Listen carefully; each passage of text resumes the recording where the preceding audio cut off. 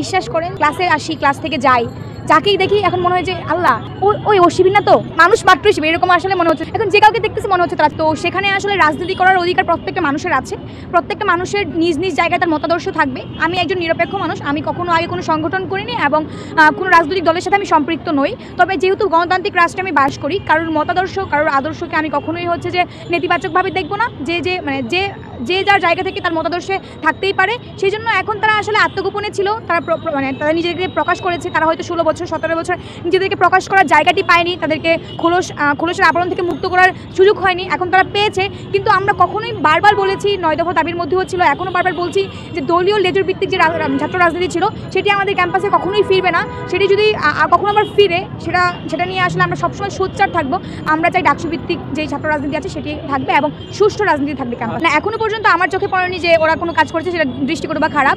So আমরা আসলে দেখেছি যে বৈষম্যবিরোধী ছাত্র আন্দোলনের ব্যানারে তারা কাজ করে খুবই স্বতঃস্ফূর্তভাবে কাজ করেছে। তখন কিন্তু তারা নিজেরাও পরিচয় দেয় না যে আমরা হচ্ছে যে শিবিরের আমরা আপনাদের ইয়ে করতেছি ওরকম কিছু। তো আমরা তাদের সবগুলো কাজে এখনও পর্যন্ত ইতিবাচক দেখেছি, ক্যাম্পাস ভিত্তিক যে কাজগুলো। এবং আমি আজকে একটি পোস্ট দেখেছি ডিও ইনসাইডার পেজে, যে হচ্ছে যে ছাত্র শিবিরের যে সভাপতি আছে সাদিক ভাইয়া, উনি দেখলাম যে অনেক আগে থেকে স্টুডেন্টদেরকে তার টিউশনি টাকা পয়সা দিয়ে হচ্ছে সাহায্য করেছে, অনেক কিছু করেছে, যেগুলো খুবই ইতিবাচক ছিল। হয়তো তিনি তার নিজেকে রিভিল করেনি, কিছু করেনি, সাধারণ শিক্ষার্থী হিসেবেই ছিল। এখন যদি উনি রিভিল করেছে, আশা করি যে উনি ওনার কার্যক্রমগুলো খুব ভালোভাবে চালাবে এবং ছাত্রদের পক্ষেই থাকবে, ছাত্রদের হয়ে কাজ করবে, কোনো অত্যাচার নিপীড়ন ওরা করবে না। আমরা ইতিমধ্যে দেখেছি যে জিনিসগুলো ভাইরাল হয়েছে কি, ওই যে ছাত্র শিবিরের যেই সম্পাদক, সাধারণ সম্পাদক, উনি কিন্তু ছাত্রলীগের সাথে বেশ কয়েকটি ছবি ভাইরাল হয়েছে। কিন্তু উনি কিন্তু আপনারা যদি বিভিন্ন নিউজ দেখেন, উনি কিন্তু নিজে সেই জায়গাটা পরিষ্কার করেছেন যে উনি ছাত্রলীগের কোনো পোস্টেড ছিল না।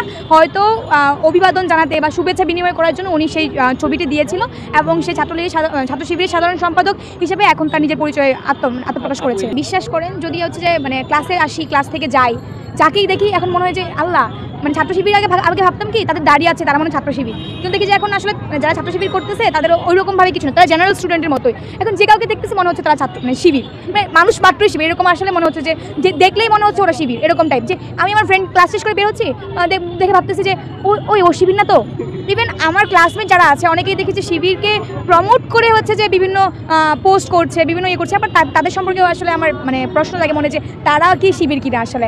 তো এখন দেখা যাবে আস্তে আস্তে যেহেতু শিবির তার আত্মপ্রকাশ করেছে, কে শিবির সত্যি কিন্তু প্রকাশ পাবে এবং পূর্ণাঙ্গ কমিটিও হয়তো বা খুব তাড়াতাড়ি আসলে প্রকাশ পাবে। এখন আসলে কোনো আতঙ্ক অনুভব করছি না, যেহেতু আসলে ওরা আমাদের হয়েই কাজ করছে, আমাদের সাথেই কাজ করছে। তো ওইভাবে আতঙ্ক অনুভব করছি না। তবে আসলে দেখেন যে আপনারা যখন সম্প্রীতির বাংলাদেশে একটা শাহবাগে প্রোগ্রাম হয়েছিল, সেখানে কিন্তু সাদিক ভাইয়া হচ্ছে যে বক্তব্য দিয়েছিল। তো তখন আসলে দেখবেন যে ওনার জনপ্রিয়তা কত, এত মানুষ হচ্ছে তার এত মানুষ চিল্লায় উঠছে যখন সে বক্তব্য দিতে আসছে। তো আমার মনে হয় কি, আমি আমার নিজের জায়গা থেকে বলবো যে জামায়াতে ইসলামী ছাত্র সংগঠন হচ্ছে ছাত্র শিবির, সেখানে হচ্ছে যে তারা আসলে ইসলামী শাসনতন্ত্রটা হচ্ছে যে কায়েম করতে চায়, তাদের শাসনতন্ত্রটা বা গঠনতন্ত্রটা হচ্ছে ইসলামী শাসনতন্ত্র নিয়ে। তো সবাই হয়তো অনেক চায় যে ইসলাম যেহেতু আমাদের একটা সফট কর্নার কাজ করে, ইসলাম আমাদের ধর্মীয় একটা বিশ্বাসের জায়গা, তো সেই জায়গায় হয়তো সফট কর্নার কাজ করে এবং সবাই চায় যে আসলে ছাত্র শিবির শুনলে ভালো লাগে এরকম। কিন্তু যদি ভোট যায় দিন শেষে, তখন গিয়ে দেখবেন যে আসলে যারা পরিচিত বাংলাদেশে আসলে যারা এই তোমরা বুরকা পড়ো, এই তোমরা হচ্ছে যে পাঞ্জাবি পায়জামা পরে তোমাদেরকে আসতে হবে, ঘুরতে হবে, ফিরতে হবে, তখন কিন্তু কেউ দেখবেন যে ওটাকে